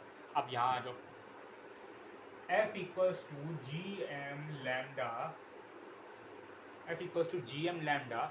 अब देखो x² 1/x² का इंटीग्रेशन क्या होता है, इधर देखो 1/x² क्या होता है, x की पावर -2, तो -1 2 + 1 अपॉन -2 + 1। ठीक है, ऐसे करोगे। सो x की पावर -1 और ये -2 + 1 -1, तो -1 लग जाएगा, यहाँ माइनस लग जाएगा, यहाँ पे -1/x। ये याद रखना। ठीक है, बहुत सी चीज़ें याद रखनी पड़ती हैं, तभी MCQ फटाफट सॉल्व होते हैं। ठीक है, तो 1/x² dx का इंटीग्रेशन -1/x होता है। ठीक है, -1/x होता है, सीधा याद रखो इसको। ठीक है, -1/x, लिमिट्स a से a प्लस एल तक। बस अब लिमिट्स पुट करो, आंसर आ जाएगा आपका। f equals to G M lambda. ये लैम्डा थोड़ा सा गंदा बन गया, कोई बात नहीं। अंदर क्या आएगा ब्रैकेट के, minus one upon A plus L, upper limit minus lower limit minus, फिर माइनस प्लस हो जाएगा 1 अपॉन ए, ठीक है, लोअर लिमिट ए। अब इसको क्रॉस मल्टीप्लाई कर दो, एलसीएम ले लो, जो करना करो, minus A plus L upon A into A plus L, ठीक है। ए से ए कैंसिल हो गया, ठीक है, ए से ए कैंसिल हो जाएगा। आपका आंसर क्या आ जाएगा, आपका आंसर कुछ ऐसा सा आएगा, पीछे कर दूँ मैं, पीछे जगह अगर होगी तो करना पड़ेगा, आगे तो ख़त्म हो चुकी है, एक मिनट, ओहो पीछे भी जगह नहीं है, थोड़ी सी तो है वैसे। हाँ जी, तो ये कुछ ऐसा होगा, फोर्स आपका आएगा जी एम लैम्डा, ठीक है, जी एम लैम्डा था यहाँ पे, यहाँ क्या था 1 अपॉन ए प्लस एल, दोबारा सा कर देता हूँ मैं, तो प्लस 1 अपॉन ए, ठीक है, ऐसा था ये, ठीक। यहाँ से दोबारा से चालू कर देते हैं, F equals to G M lambda, ठीक, minus A plus L, minus A plus L upon A into A plus L, ठीक है, थोड़ा सा एक स्टेप पीछे चला गया था मैं, तो ए से ए कैंसिल हो जाएगा, सो ये आ जाएगा आपका F equals to G M lambda L upon A into A plus L. अब यहाँ छोड़ना नहीं है, अब लैम्डा की वैल्यू हम पुट करेंगे। लैम्डा की एक और वैल्यू थी, अगर आपको याद हो, लैम्डा को मैंने एम अपॉन एल भी लिखा था और D M upon D X भी लिखा था, दो चीज़ें लिखी थी मैंने, ठीक है। तो हम यहाँ हम क्या कौन सी वैल्यू डालेंगे, हम एम अपॉन एल, क्यों, देखो ना, एम अपॉन एल डालने से एल कैंसिल हो जाएगा और सिंप्लीफिकेशन आ जाएगी। So G M lambda, sorry lambda की जगह हम डालेंगे M upon L, capital M upon capital L, ठीक। अब यहाँ पे क्या है, L upon A into A plus L, ठीक, एल से एल कैंसिल, सो देयरफॉर अब आंसर आ गया आपका is equal to G M capital M upon A into A plus L. This is your final answer, this is your final answer, ji M into M A upon A plus L. अब देखो हमें सब कुछ पता है, इसमें हमने ये क्यों करा, लैम्डा की जगह एम अपॉन एल क्यों पुट करा, क्योंकि हमें इस केस में हम एक तो ये सिंप्लीफाई हो गया और अच्छा हो गया, ये देखो ये थोड़ा गंदा सा लग रहा था, ये और अच्छा हो गया। और दूसरी बात, हमें यहाँ पे जी की वैल्यू पता होती है 6.673 इंटू 10⁻⁻11 न्यूटन मीटर स्क्वायर पर केजी स्क्वायर, ठीक है। और हमें स्मॉल एम की वैल्यू भी पता है, हमें कैपिटल एम जो कि मास ऑफ रॉड है वो भी पता है, रॉड कहाँ से शुरू हो रही है, ए से, एक्स इक्वल्स टू ए से कहाँ तक जा रही है, X equals to A plus L, हमें ये सारी वैल्यूज़ पता है, तो हम यहाँ से फोर्स बड़े आराम से निकालेंगे, बड़े आराम से, ठीक है। आई होप आपको क्लियर होगा। ये नीट लेवल क्वेश्चन है, बता रहा हूँ आपको, नीट में ऐसे क्वेश्चन आते हैं, ठीक है, ऐसा एक क्वेश्चन कुछ 10 साल में एक बार आ जाता है नीट में, ठीक है, ऐसा वाला। लेकिन इसकी जो अगला वैरायटी है वो सिर्फ और सिर्फ जेई और जेई एडवांस में आती है, एडवांस में कम ही आती है, जेई में ज़्यादा आती है, जेई मेंस में। सो वो क्या है, अब उसके बारे में थोड़ी सी हम चर्चा करें, वो हमारा लास्ट क्वेश्चन होगा आज का, चलो देखते हैं। सो आई होप आपने पिछला क्वेश्चन बहुत अच्छे तरीके से नोट कर लिया होगा कि ये वाला क्वेश्चन बिल्कुल वैसा ही है, बस डिफरेंस क्या है, यहाँ पे नॉन यूनिफॉर्म रॉड है, ठीक है, जो ऊपर मैंने लिखा था ना, बस उसको बिटा के, या मिटाना भी क्यों है, आगे बस उसको लिख दो नॉन यूनिफॉर्म रॉड, बाकी सब सेम है। एक्स इक्वल्स टू 0 पे मास स्मॉल एम है, एक्स इक्वल्स टू ए से X equals to A plus L तक रॉड जा रही है, उसका मास कैपिटल एम लेना है तो ले लो बस, वरना उसकी ज़रूरत नहीं पड़ेगी अभी फ़िलहाल, ठीक है। चलो अब इसमें दिक्कत क्या है, यहाँ पे जो लैम्डा की जो वैल्यू है ना, लैम्डा की वैल्यू है ए प्लस बी एक्स स्क्वायर, ये, ठीक है, ए प्लस बी एक्स स्क्वायर, ठीक है। तो बाकी सब आप वैसे ही करते रहना, सारा कॉन्सेप्ट मैंने समझा दिया, अगर आपको समझ नहीं आया तो फिर से एक बार रिवाइंड करके देख लेना, ठीक है। तो हमारा जो फोर्स आएगा, मैं सीधा वो स्टेप पे जा रहा हूँ जहाँ हमें लैम्डा की वैल्यू को बाहर निकालते हैं, जहाँ हम लैम्डा की वैल्यू अक्सर बाहर निकालते हैं, लेकिन अभी हमें इसको इंटीग्रेट करना पड़ेगा क्योंकि यहाँ पे भी वेरिएबल है, ठीक है। सो एफ इक्वल्स टू क्या हो जाएगा, जी बाहर ही रहेगा, स्मॉल एम बाहर रहेगा, इंटीग्रेशन जाएगा lambda D M upon, lambda D M था, ठीक है, lambda D M upon lambda D X था ना, D M upon D X equals to lambda, है ना। सो डी एम की वैल्यू लैम्डा डी एक्स, हाँ, तो मैं सोच रहा था लैम्डा डी एक्स है ये, ठीक है, क्योंकि डी एम की वैल्यू हम पुट कर देते हैं, सो लैम्डा डी एक्स हो जाता है वो, ठीक है। सो lambda D X upon upon क्या है, एक्स, एक्स से हम दूर जाते हैं, ठीक है, एक्स का हम एलिमेंट लेते हैं तो एक्स स्क्वायर, लिमिट्स जाएंगे आपकी ए से ए प्लस एल तक। आई होप आपको समझ में आ गया होगा, आप अपनी बुक में देख लेना। यहाँ पे हमने छोड़ा था, यहाँ से हमने लैम्डा को बाहर निकाल लिया था, फिर हमने सॉल्व किया था, लेकिन अब हम लैम्डा को बाहर नहीं निकालेंगे, हमें लैम्डा की जगह ये वैल्यू पुट करनी है, ठीक है। चलो बस इसको करना है और काम करते हैं, मतलब इसमें क्या है ना, एक तरीके से आपका मैथमेटिक्स इन्वॉल्व हो गई है। अब नीट वालों को क्योंकि मैथमेटिक्स आती नहीं है, इसलिए हम उनको ऐसे क्वेश्चन देते नहीं हैं, वरना ये सिर्फ मैथमेटिक्स है। अब इसमें क्योंकि इंटीग्रेशन और डीप में जाना पड़ेगा, हमें इंटीग्रेशन में, बस इतनी बात, ठीक है। चलो तो इसको सॉल्व करते हैं। अब हम इंटीग्रेशन थोड़ा बड़ा बनाना पड़ेगा। सो A plus B X square, ए और बी क्या है, जस्ट कॉन्स्टेंट्स है, ठीक है, जस्ट कॉन्स्टेंट्स है, ए और बी से डरना नहीं है, सिर्फ कॉन्स्टेंट है, बाहर आ जाएंगे, ठीक है। So A plus B square B X square D X upon X square, A से ए प्लस एल तक आपका क्या जा रहा है, लिमिट्स। आपको क्या करना है, इसको इंटीग्रेशन को सॉल्व करना है, सिंपल सा है, ज़्यादा मुश्किल नहीं लग रहा मुझे। देखो भाई, force equals to G M integration A से ए प्लस एल, देखो इसको डिवाइड में डाल देते हैं हम, ठीक है, डिवाइड में डाल दे, X square A upon X square, A upon X square plus plus B plus B से, क्योंकि देखो एक्स स्क्वायर से स्क्वायर कैंसिल हो जाएगा, प्लस बी डी एक्स, ठीक है, डी एक्स, ठीक है, डी एक्स दोनों के साथ इंटू में, सो प्लस डी एक्स, तो A upon X square plus B into D X, ठीक है, होल में डी एक्स आ जाएगा। सो ऐसा आपकी चीज़ बनेगी। अब इसके बाद हम थोड़ा सा और आगे चलते हैं, थोड़ा इसको ऊपर खराब करते हैं। चलो भाई फॉरवर्ड करो।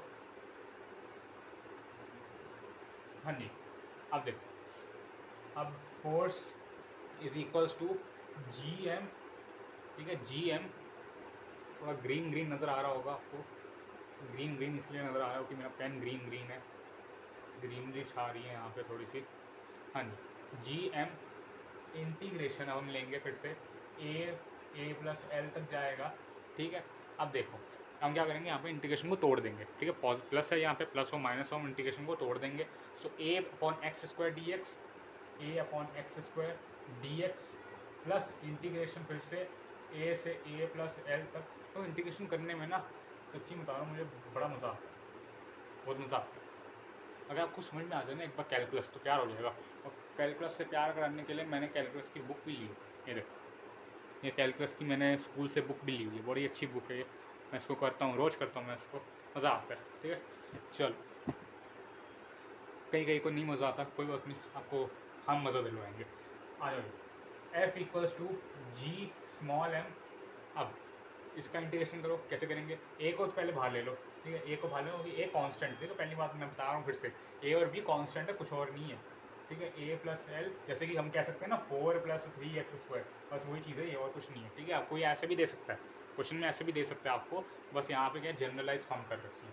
सो 1 upon X square D X plus ये बी डी एक्स, अब बी को भी हमने कॉमन ले लिया, तो बाहर ले लिया, ए प्लस एल, ठीक है, डी एक्स का इंटीग्रेशन तो एक्स ही होता है, ठीक है, तो वो करते हैं हम। F equals to G M A, तो यहाँ भी ना जी एम ए, हाँ यहाँ भी जी एम लगेगा क्या, चलो कर देते हैं पहले जी एम ए। तो देखो 1 upon X square D x, ये वाली चीज़ वही है ना जो हमने पहले करी थी, वही तो है, सिंपल सी, कि यहाँ पे क्या आएगा 1 माइनस 1 अपॉन एक्स आएगा, है ना, एक्स की पावर -2 का इंटीग्रेशन ए से ए प्लस एल तक जाएगा, प्लस ये क्या है डी एक्स का इंटीग्रेशन एक्स ही होता है, ठीक है। सो बी टाइम्स एक्स, ए से ए प्लस एल तक, ठीक है, इसको अब करते हैं हम, ठीक। आ जाओ यहाँ पे, F equals to G M into A, अब upper limit minus lower limit, -1 upon A plus L plus 1 upon A, वही वाली चीज़ें जो हमने पहले करी थी, plus B into A plus L minus, ठीक है, तो माइनस से माइनस कट जाएगा यहाँ पे, और यहाँ क्या आएगा, F equals to G M A into minus A plus L upon A into A plus L, वही चीज़ दोबारा से रिपीट हो रही है, ठीक है। माइनस से प्लस से कैंसिल, अब इसको लुक करते हैं। इंटीग्रेशन में ये बड़ा अच्छा लगता है मुझे, सफाई से क्वेश्चन होता है, बिल्कुल सीधा सीधा क्वेश्चन होता है इंटीग्रेशन डिफरेंशिएशन से, वरना तो इतना क्लमजी होता है ना क्वेश्चन, क्या होता है। चलो इसको भी डिलीट करते हैं। हाँ, so F equals G M A, ठीक है। अंदर क्या जाएगा, अंदर जाएगा ये L upon A into A plus L plus B times L, ठीक है, plus B times L. So अब क्या करते हैं, ये दोनों में से एल को कॉमन ले लेते हैं, ठीक है। दोनों में से हम क्या करते हैं, एल को कॉमन ले लेते हैं, ठीक है। तो दोनों में से अगर हमने एल को कॉमन लिया तो हमारा आंसर क्या आ जाएगा, G M A upon A into A plus L plus B, ये आएगा। फिर से देख लेते हैं, G M A L upon A into A plus L plus B. हाँ, मुझे यही लग रहा है, मुझे अपना आंसर यही लग रहा है। आप मुझे कमेंट सेक्शन में बताइएगा क्या इसका आप और मैथमेटिकल मैनिपुलेशन कर सकते हैं कि नहीं, ठीक है। कमेंट सेक्शन में बताइएगा मुझे कि इसका और मैथमेटिकल मैनिपुलेशन हो सकता है कि नहीं हो सकता, या मैंने कोई गलती करी है या नहीं करी है, क्योंकि वैसे मुझे लग नहीं रहा मैंने कोई गलती करी है, बट शायद से मुझे लग रहा है कि जी एम ए यहाँ पर भी होना चाहिए था, शायद से, पक्का नहीं कह रहा मैं, शायद से जी एम अपॉन ए, सो जी एम से सिर्फ जी एम यहाँ पर भी होना चाहिए था, सो जी एम भी बाहर आ जाता शायद से, क्योंकि ये इंटीग्रेशन जब हमने करा था तो शायद से यहाँ भी होना चाहिए। तो मुझे शायद से ऐसा लग रहा है कि F equals to G M L A upon A into A plus L, मुझे चेक करना पड़ेगा, प्लस बी, ये है। तो मुझे ऐसा लग रहा है, मैंने आज ही सीखा है क्वेश्चन, बड़ा अच्छा क्वेश्चन था ये। हाँ, मुझे ऐसा लग रहा है कि आंसर कुछ ऐसा था। चलो देख लेते हैं आप, ठीक है। शायद से यहाँ जी एम अपॉन, क्योंकि मैंने वो खोला था ना, प्लस में था वो, तो खोला था मैंने, तो शायद से यहाँ भी जी एम लगेगा, ठीक है। तो शायद से ये आंसर है या ये है, देख लेना एक बार, या इसमें हम कोई मैथमेटिकल मैनिपुलेशन कर सकते हैं कि नहीं, इसका भी एक देख लेना। सो मुझे लग रहा है यहाँ तक सब क्लियर हो गया होगा आपको कैसे करना है। बेसिकली क्या है, ये सेकंड वाले पार्ट में क्या करना था, बस थोड़ा सा और इंटीग्रेशन करना था, बस थोड़ा सा और इंटीग्रेशन करना था, बाकी कोई दिक्कत नहीं। बाकी ये बिल्कुल फर्स्ट वाले की तरह ही है। कंसेप्ट क्या है, कंसेप्ट मेनली ये है कि आपको एलिमेंट चूज़ करना आना चाहिए, एलिमेंट चूज़ करना आना चाहिए, आपको कंसेप्ट पता होना चाहिए कि हाँ भी एलिमेंट आपको हम चूज़ करेंगे, कहाँ से कहाँ तक लिमिट लेकर जानी है, और कैसे इस क्वेश्चन को विजुअलाइज करना है, ठीक है। ये आपको समझना चाहिए, ठीक है। आई होप आपको सारे के सारे आज के क्वेश्चन बड़े अच्छे लगे होंगे, बड़ा मज़ा आया होगा क्वेश्चन समझने में।